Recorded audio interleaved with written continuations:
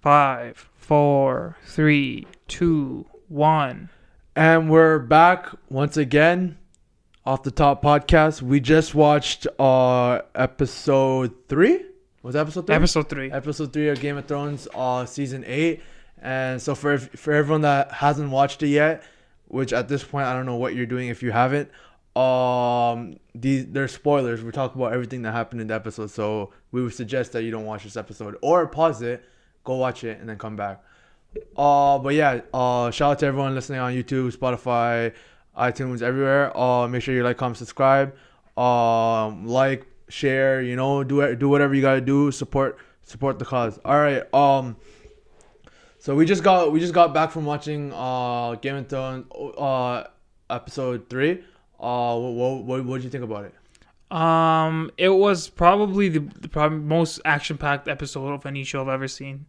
Yeah. It had so much action in it. It was like not much dialogues. It was straight action, only a few dialogues. And it kind of concluded a huge part of Game of Thrones that has been building up since day one. Yeah.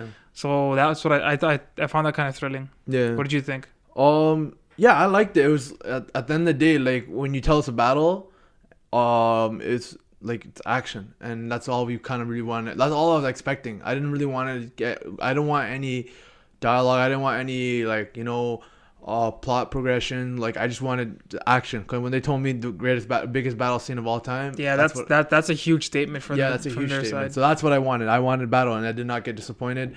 Like it was obviously a pretty lopsided battle.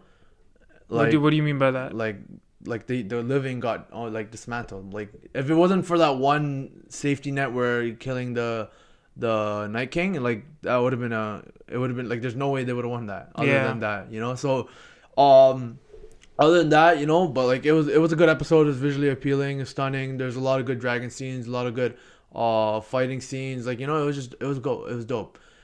Some questionable tactics, but right? Like I mean, they could have really. If I was in command of that whole defense, it would have been so much better. Yeah, I don't know. Like they could have used wildfire. They could have made a wildfire and used it. Not even that, but right in the beginning, they just sent the Dothraki to die. Yeah, like they didn't even know what was, like they didn't know who was in front of them. Like they had no idea. They just sent them out, and they just ran out to their death. And literally, like the Dothraki just went extinct. They just went out. Yeah. So it's just stuff like that. Like I just didn't like the way. But obviously when there's human elements to it, like they're trying to in no battle you can plan everything strategically to the point. Yeah. Right? So, and they're not military strategists and shit. Like it's a show. I mean, if Tywin was alive, it'd have been a different story. Yeah, but Tywin wouldn't be there. Yeah. But yeah, so it was good. So. I think the first thing we should talk about is deaths. Yeah. There's a lot of deaths. We lost Beric Dondarrion. Yep. He was saving Arya from the the walkers and shit. We lost Lyanna Mormont, which I not a huge thing. I don't like. A lot of people were kind of thinking about it. I don't care about Lyanna Mormont. I don't care either. Other than the fact that she's a child and it's kind of weird killing a child on a TV show. But I mean.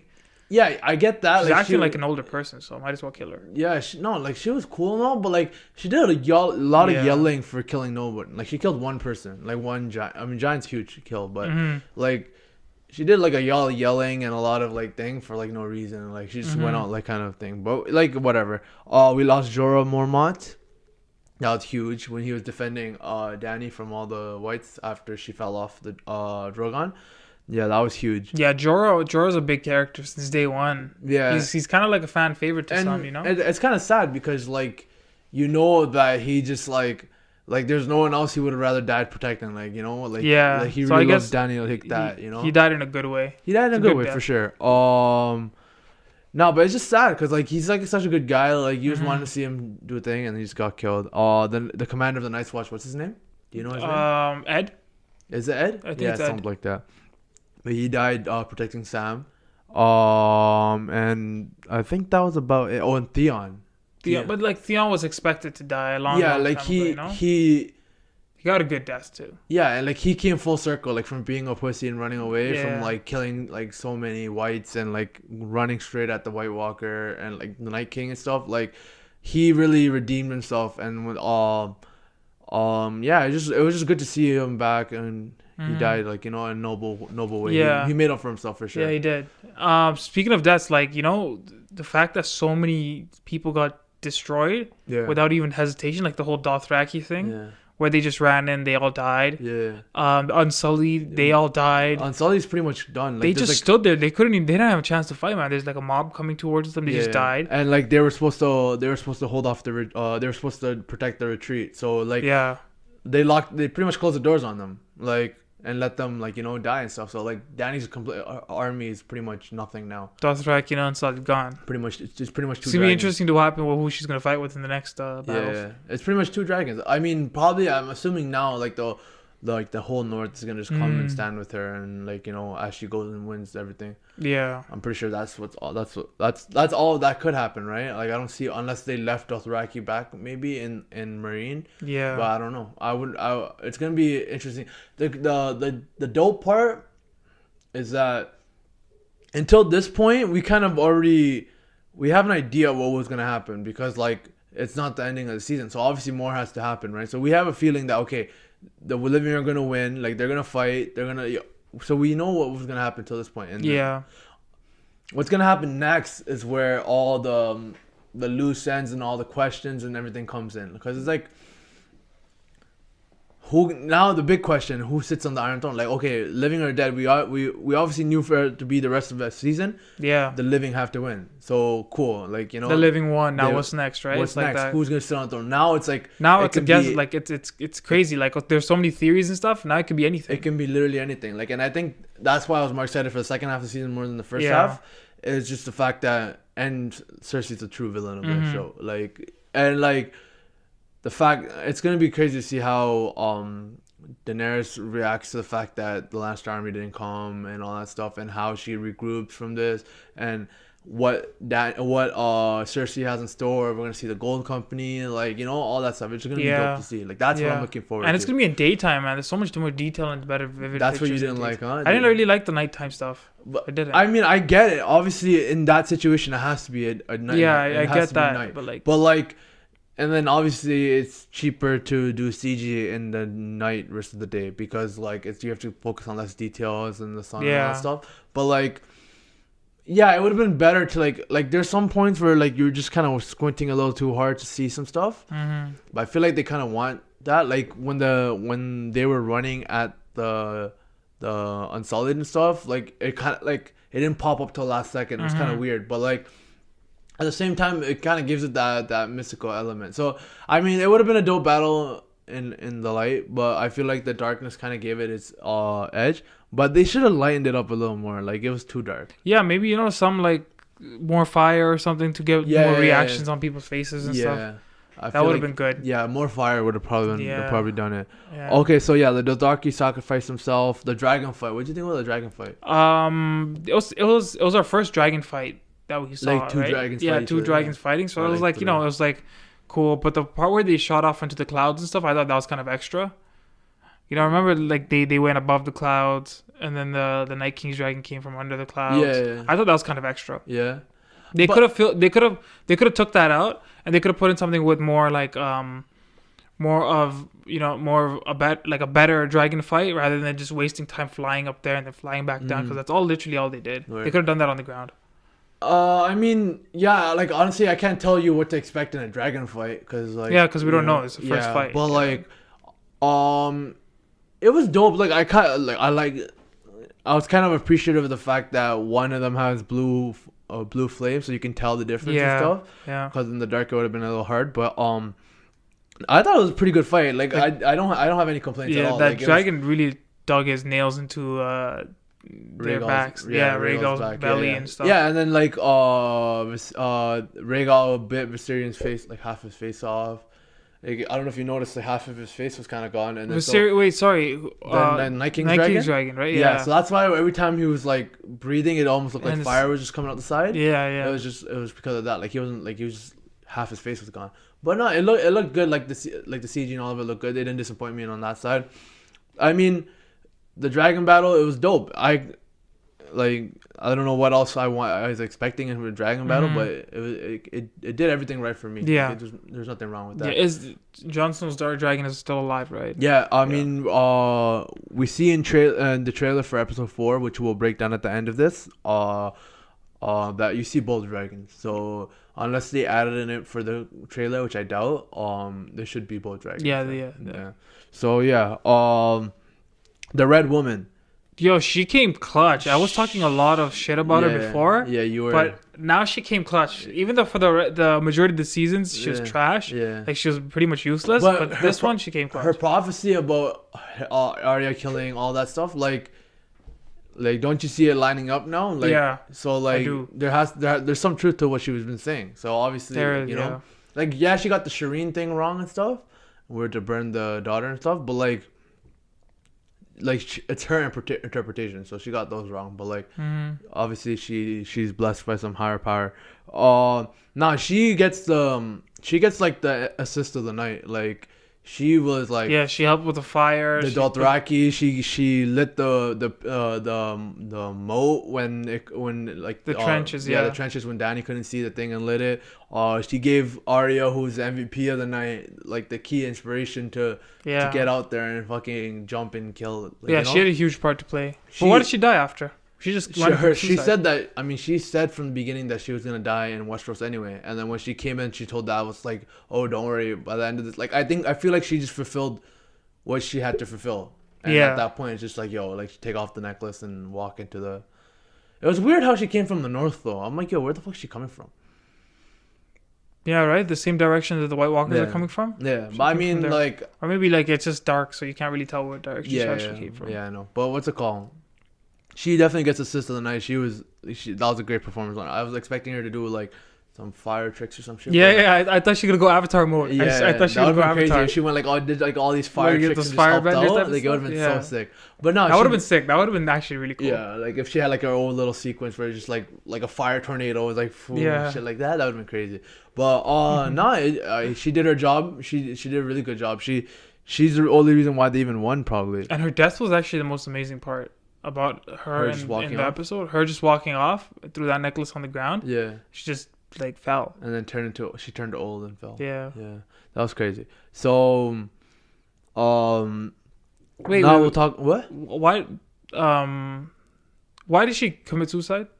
Why did she die? Yeah, I feel like her purpose is done. Her purpose is over. Like, her purpose is probably to get them to win this battle, and after that it's like, you know, and then she just passed away. Yeah, I think she didn't like being like, I think she'd rather be the old her and like die than be alive as this young priestess and like have to fulfill these prophecies and all that shit. I think she just like wanted to be a normal. I think her the light god's purpose is done. Yeah, so she's just like, yo, fuck it. Or like, I think her purpose from the light god is kind of done. So I think that's what it was. Yeah, she kind of foreshadowed it when she's like, the other guy died because his purpose is done. Yeah, and she's like, oh, I have to die here anyway and stuff.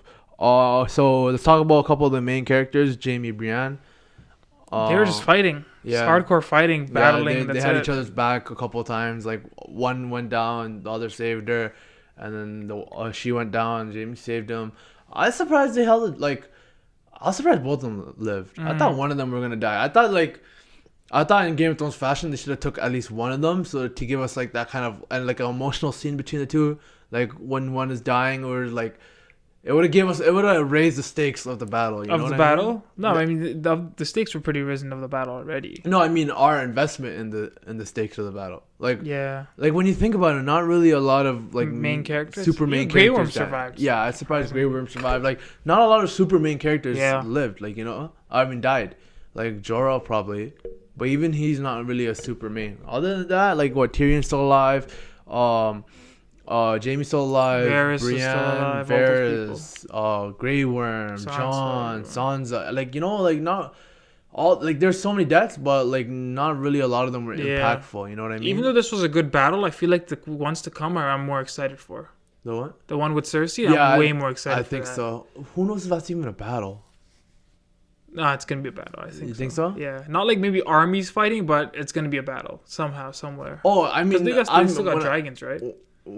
I mean, but like we don't know. Like, it could be like a It could be like you know how what was that battle where you don't even see what happened when they went to when they went to Castle Rock and just took it over. Yeah. Like it could be like like it was like a montage, or like when they went to High Garden and just took it over. Siege, like I don't know if they do a full on battle. They might, especially when there's no there's no army. Yeah, like how entertaining is a battle between two dragons and a bunch of people?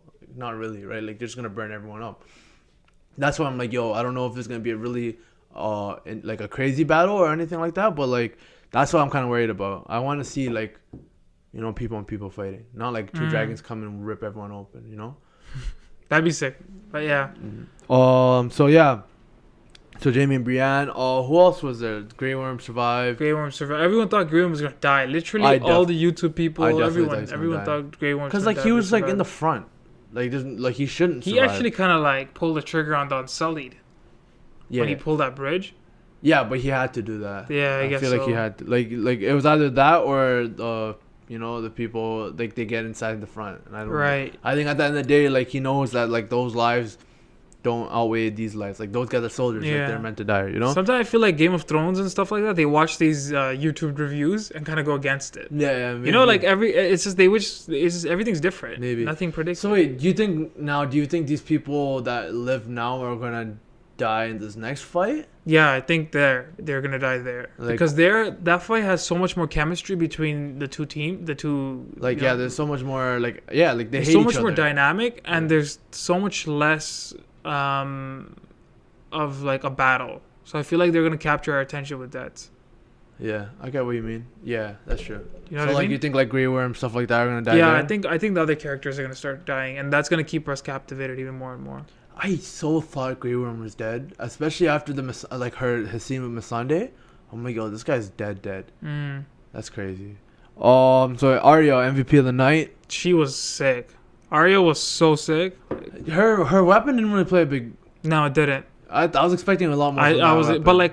Yeah, I guess. I feel like it was kind of like lead us away from. Exactly. Yeah, she had like a little scene for like less than a minute where she's fighting the walkers. Yeah. And yeah. And then she was walking around. Yeah, like she was huge. She killed a lot of walkers. No Lady Stoneheart, nothing. Yeah, we didn't get any of that. Like even when the people rose and they were just random people. In the crypts, they were just random old guys and stuff.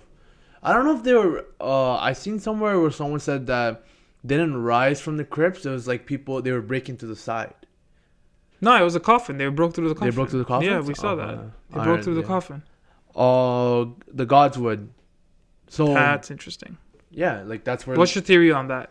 All right, so the crazy thing is, when Arya got the cat's paw dagger to kill that killed the thing, she got that from Bran. Mm-hmm. So Bran gave it to her in that same spot they're standing right now. Like they were standing where when that happened, right? So that same spot where Arya got the daggers, that when Arya used the dagger on the Night King, and on top of that, when Jon was standing there and Arya snuck up on him, and she's like, "Oh, how'd you sneak up on me?" Right? So I think both those were pretty huge foreshadows because she snuck up and that's where she got the dagger. It was almost like. That's what like they were just trying to tell us that's what's gonna happen. Yeah. But we just didn't pick it up. Yeah, and I would have never thought. I would have never thought of that either. Yeah, but that's actually so cool. How Bran gave her the dagger at the same spot. Yeah, and Bran knows everything that's gonna go on and that's coming up and everything. Yeah. So it's like it's really cool. The crazy thing about this entire battle is that the humans, like the living, were never winning a second. They never from the beginning they were losing. There's like bam, just got lost. They were losing, and then it was like all of a sudden there was like a 50-point play button and they just pressed it and they won. They were never. There was never a single part where they were winning. They were winning. Maybe the dragon fight, but even that. Maybe the only time I saw hope in the character's eyes was when the first time the dragon went by and lit everything up. That's when Sansa looked at it, and that's when Lady Brienne turned around. He's like, "Whoa!" Yeah. But there's literally no hope the whole time. There was no hope, yeah. It was sick how they literally built they made it seem like it was almost impossible to come back, and I think I was watching the directors talk about it on what they were trying to do with the Arya thing. after the Arya scene where she starts running from the Red Lady, they showed us as much like bullshit as possible to get our mind off the fact that Arya is still alive and she's running off to do something. And they're just showing what like people getting eaten in the crypts and people getting beat up outside. Like they just showed as much as possible to get our brains off of it. And then the last second, they just remind you that Arya's back. And when you see her, it's like, oh shit! Like it's like a surprise. How did she get past the White Walkers? I have no idea. She probably explains it or something. I don't know. Maybe. But like, I remember with the ice, one of the White Walkers, like they kind of look back or something. And it's like a wind goes by or something. So I don't know if like I don't think she ran by them, but like she's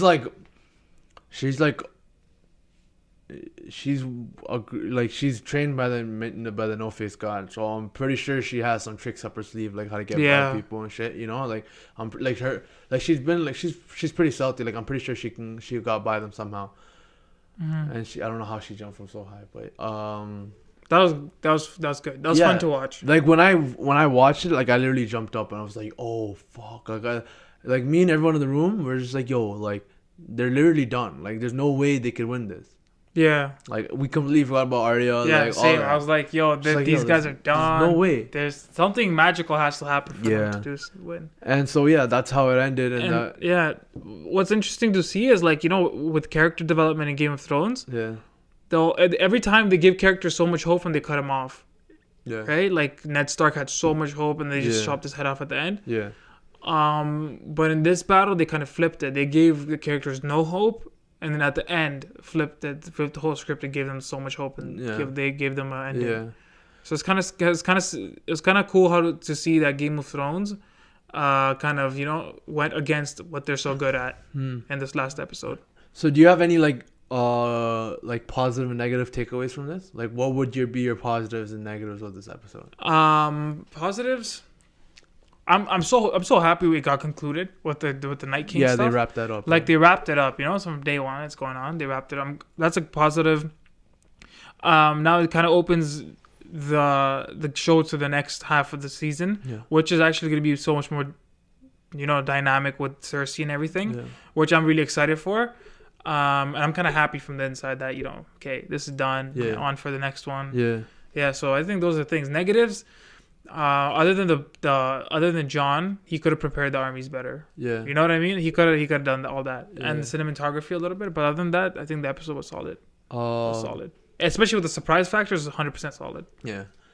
For me, the negatives is I didn't think that the Ice King really did too much. Like I feel like we could have seen more Ice King. Like he went on kind of like a bitch. Like after 8,000 years of like preparing an army and stuff, like he didn't like fight. Like he was an ice dragon. Then he started walking. A few storms. That's it. Like he didn't really get into the action or anything. So he didn't have an action fight with Jon. Yeah. Either. So I kind of see that's what I was expecting. I was expecting like a Jon and like maybe. Like it would have been so sick to see Jon and fighting off the Night King, like holding him off, and like Arya just killing a bunch of white, like the rest of the 12 white guys, like the White Walkers, and then just like Jon finishes both of them. Yeah, both of them come together and kill like Night King. That would have been like something action. Like that would have been dope. Yeah, but that would have also been too easy to predict from the audience. Yeah, but I mean, predicting is one thing, seeing it is another. Yeah. I think you would have still been surprised even if I predicted that right, even if I got that right. That's a negative. Other negative, the darkness maybe. A little more bright would have been better. Positives, surprise factor definitely was crazy. What else was the positive? It was a good episode. Like a lot of action, a lot of a lot of everything. Like I like the way they built up the hope. They built up no hope and just that's my take. Those are my takeaways from that episode. Yeah, I'm excited for the next episode. And we're back. All right, so we're gonna watch the trailer now, and then we'll just break it down, kind of thing. Yeah. All right, cool. Cersei. We have won the Great War. Now we will win the last war. There's quite a few people still left. Huh? There's quite a few people still left. There's that's what I'm saying. Majority of the main characters are all alive. Yeah. Like it's not like obviously now it's more even of a fight. If anything, it's more in Cersei's favor. Yeah. You'll rip her out root and stem. You know what's crazy? How do you think Jamie's gonna be now? After the fight, I don't. Because Jamie didn't come to bend the knee to Daenerys. Yeah. She came to help fight the living. So how are they gonna? How is He might even go back to Cersei. I don't know. Because now it's a family thing, right? Yeah. Now it's family versus thing, and you kind of have to pick that side, like your family, right? Yeah, that's actually interesting. And no, then how about Tyrion? Tyrion won't. You don't think Tyrion's? No. Tyrion's been part of Dany the whole show. Like, you think he's not so? gonna go back. Yeah, he killed his father and everything. He plotted against killing Cersei. What do you mean? Yeah, but He's not gonna go back. Yeah, but even in this episode, he was not really happy about the way Dany sent him to the crypts. No, I mean, but realistically, Tyrion was absolutely useless out there. Dany's smart to do that. Tyrion is one of Dany's finest assets. She's not gonna ruin him. Yeah, but that's fine in a logical sense. But in terms of him, he wanted to be out there and help as what he can. Mm-hmm. Him emotionally, that affected him emotionally, obviously, because he was complaining about the entire episode. You never like I would not be surprised if Tyrion pulls a little. No, I really doubt that, man. Bro, we can't rule it out. We definitely cannot rule it out. I don't know. Especially, I'm gonna rule it out. I don't think that's gonna happen. Especially with Jamie coming back, and at the end of the day, it is family. Like, it's easy to be against your family when you don't see your family and you're like in the different continent somewhere else. But it's a completely different story when you're face to face with your sister or face to face with your family. Yeah. Like, you know, I'm not gonna rule that out. I think that would be crazy. I think that'd be a crazy plot twist actually, if Tyrion went back, or not went back, but kind of Tyrion kind of just helps in a way. What else did we take away? There's 2 dragons, so obviously, so both the dragons didn't die. They're fine. The ships are there. Yeah. So Yara obviously came and picked them up and kind of thing, stuff. So that battle, if Yara picked them up, I don't know where they would land, but I'm pretty sure it'd be Blackwater. Yeah. So the fight might be in Blackwater again. Mm-hmm. It might be. I don't know if it'll be a marine battle. That's what I'm saying. We can't predict, bro. Even off the trailer, there's nothing really to give away except there's a fight coming from the trailer, and the fact that what's his name? Euron Greyjoy. Yeah. He's still bending the knee to Cersei. Like, you know, there's not much except, and another thing is the North is rallying behind Dany. Yeah, it looks like they're rallying behind thing now. So whatever left. What's left of the North though? I mean, I don't know that, but because apparently the North is 700,000 men. 700,000. Yeah, men and women. And we had 38,000 soldiers that fought. Yeah, like probably 50,000 maybe. So there might be a lot more people. Mm-hmm. Who knows, right? I'm pretty sure all these other houses that are, whatever's left, they'll go to Dany's side now. It's hard to predict though. Like this is like the next part. This next 3 episodes is gonna be so unpredictable. So that's what I like. This is what I like. Like I'm glad that the Night King stuff's out of the way because we kind of knew what was gonna happen there. Yeah. These next 3 episodes are gonna be like very shocking. Like it's gonna really catch us. We're gonna have to really pay attention and catch us. It's gonna catch us at the edge of our seat. But yeah, I think we have gotten through all of our topics. Yeah. So another thing, Arya kisses someone in that trailer, so I'm pretty sure it's Gendry. Yeah, I don't think Gendry died. We didn't see. He didn't. I don't think he died. Yeah. So I mean, if he died, he'd definitely get more attention in the episode. Yeah, exactly. Yeah. So another main character that lived. But yeah, so yeah, that's it for our Game of Thrones party. Like, comment, subscribe, follow, share, do whatever. We have a bunch of episodes coming out, so you guys know what to do. Content season, you know, summer's here, everyone's out of school, so we'll have a lot of content, a lot of videos, a lot of everything. So you know the drill. Take care, guys. Off the top out.